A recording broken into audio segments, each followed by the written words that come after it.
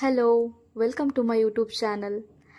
ಇವತ್ತು ಆಫೀಸಿಂದ ಬರ್ತಾ ಬೆಂಡೆಕಾಯಿ ತೊಗೊಂಡು ಬಂದಿದ್ದೆ. ಸೊ ಅದರಿಂದ ಸಾಂಬಾರು ಮಾಡಿ ಮುದ್ದೆ ಅಥವಾ ರೈಸ್ ಮಾಡ್ಕೋಬೇಕಂತ ಡಿಸೈಡ್ ಮಾಡಿಕೊಂಡು ಬೆಂಡೆಕಾಯಿನೆಲ್ಲ ವಾಶ್ ಮಾಡಿ ಕಟ್ ಮಾಡಿಕೊಂಡು ಬೆಂಡೆಕಾಯಿ ಹುರ್ಕೊಳ್ತಾ ಹಾಗೇನೆ ಖಾರಕ್ಕೂ ಸಹ ರೆಡಿ ಮಾಡ್ಕೊಂಬಿಡೋಣ ಅಂತ ಹೇಳಿ ತೆಂಗಿನಕಾಯಿನ ಹೊಡ್ಕೊಳ್ತಾ ಇದ್ದೀನಿ.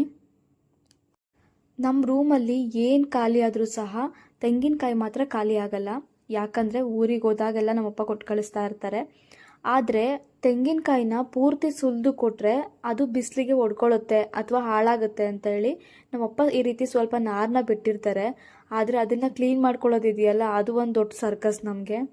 ಅಂತೂ ಇಂತೂ ತೆಂಗಿನಕಾಯಿನ ಒಡೆದಿದ್ದಾಯಿತು. ಹಾಗೆಯೇ ನಾನು ಬೆಂಡೆಕಾಯಿ ಸಾಂಬಾರಿಗೆ ಹೆಸರು ಕಾಳನ್ನ ಸಹ ಹುರಿದು ಹಾಕ್ಕೊಳ್ತೀನಿ. ಸೊ ಅದಕ್ಕೋಸ್ಕರ ಅದನ್ನು ಸಹ ಹುರಿದಿಟ್ಕೊಂಡಿದ್ದೀನಿ. ನಮ್ಮ ರೂಮಲ್ಲಿ ನಾವಿಬ್ಬರಿರೋದ್ರಿಂದ ಒಂದು ಅರ್ಧ ಹೋಳು ಕಾಯಿನಲ್ಲಿ ಅರ್ಧ ಭಾಗದಷ್ಟು ಕಾಯಿನ ಈ ರೀತಿ ಹಚ್ಕೊಂಡು ಹಾಕ್ಕೊಳ್ತೀನಿ.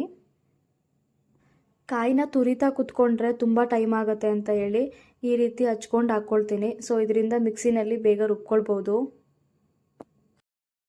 ನೆಕ್ಸ್ಟು ಒಂದು ಈರುಳ್ಳಿನಲ್ಲಿ ಅರ್ಧ ಭಾಗ ಈರುಳ್ಳಿನ ನಾನು ರುಬ್ಕೊಳ್ಳೋದಕ್ಕೆ ಹಾಕ್ಕೊಳ್ತೀನಿ. ಇನ್ನು ಅರ್ಧ ಭಾಗನ ಹಾಗೆ ಎತ್ತಿಟ್ಟಿರ್ತೀನಿ. ಲಾಸ್ಟಲ್ಲಿ ಒಗ್ಗರಣೆಗೆ ಹಾಕ್ಕೊಳ್ತೀನಿ.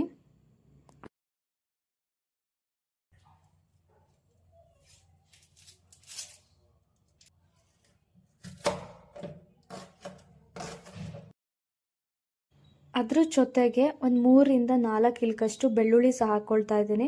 ಸೊ ಬೆಳ್ಳುಳ್ಳಿ ಹಾಕೋದ್ರಿಂದ ಸಾಂಬಾರಲ್ಲಿ ಆ ಘಮ ಚೆನ್ನಾಗಿರುತ್ತೆ, ಹಾಗೆಯೇ ಟೇಸ್ಟ್ ಕೂಡ ತುಂಬ ಚೆನ್ನಾಗಿ ಬರುತ್ತೆ.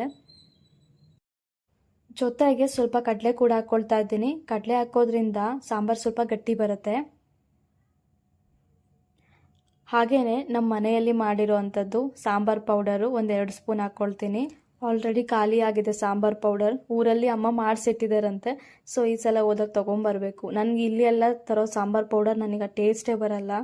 ನಾನು ಯಾವಾಗಲೂ ಊರಿಂದನೇ ತರೋದು. ಖಾರದ ಪುಡಿ 1 ಸ್ಪೂನಷ್ಟು ಖಾರದ ಪುಡಿನ ಹಾಕ್ಕೊಳ್ತೀನಿ. ಅದ್ರ ಜೊತೆಗೆ ಸ್ವಲ್ಪ ಅರಿಶಿನ ಹಾಕ್ಕೊಳ್ತೀನಿ.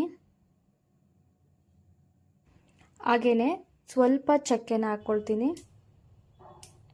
ಒಂದು ಸ್ವಲ್ಪ ಅಷ್ಟೇ ಹಾಕೋಬೇಕು ಚಕ್ಕೆನ. ಜಾಸ್ತಿ ಹಾಕ್ಕೊಂಬಿಟ್ರೆ ಅದು ಮಸಾಲ ಸಾಂಬಾರು ಥರ ಆಗೋಗ್ಬಿಡುತ್ತೆ, ಟೇಸ್ಟ್ ಚೆನ್ನಾಗಿರಲ್ಲ. ನನಗೆ ಯಾಕೋ ಸಾಂಬಾರು ಪೌಡರ್ ಸ್ವಲ್ಪ ಕಡಿಮೆ ಆಯಿತು ಅಂತ ಅನ್ನಿಸ್ತು. ಹಾಗಾಗಿ ಇಲ್ಲಿ ಸಾಂಬಾರು ಬೀಜನ ನಾವು ತೊಗೊಂಬಂದು ಇಟ್ಕೊಂಡಿದ್ವಿ. ಸೊ ಅದನ್ನು ಸ್ವಲ್ಪ ಹುರ್ಕೊಂಡು ಹಾಕ್ಕೊಳ್ತೀನಿ. ಎಮರ್ಜೆನ್ಸಿಗೆ ಇರಲಿ ಅಂತ ಹೇಳಿ ಡಿಮಾರ್ಟಿಂದ ತೊಗೊಂಡು ಬಂದಿದ್ವಿ ಸಾಂಬಾರು ಬೀಜನ. ಸೊ ಅದು ಇವಾಗ ಯೂಸ್ ಆಗ್ತಾಯಿದೆ. ಅದ್ರ ಜೊತೆಗೆ ಸಾಂಬಾರು ಬೀಜನ ಹುಡುಕ್ಬೇಕಾದ್ರೆ ಸ್ವಲ್ಪ ಗಸಗಸೆ ಕೂಡ ಸಿಕ್ತು, ಅದನ್ನು ಸ್ವಲ್ಪ ಹಾಕ್ಕೊಳ್ತಾ ಇದ್ದೀನಿ. ನಾನು ಇಷ್ಟು ದಿನ ಅಡುಗೆ ಮಾಡಿರೋದ್ರಲ್ಲಿ ನನಗೆ ಅರ್ಥ ಆಗಿರೋದೇನೆಂದರೆ,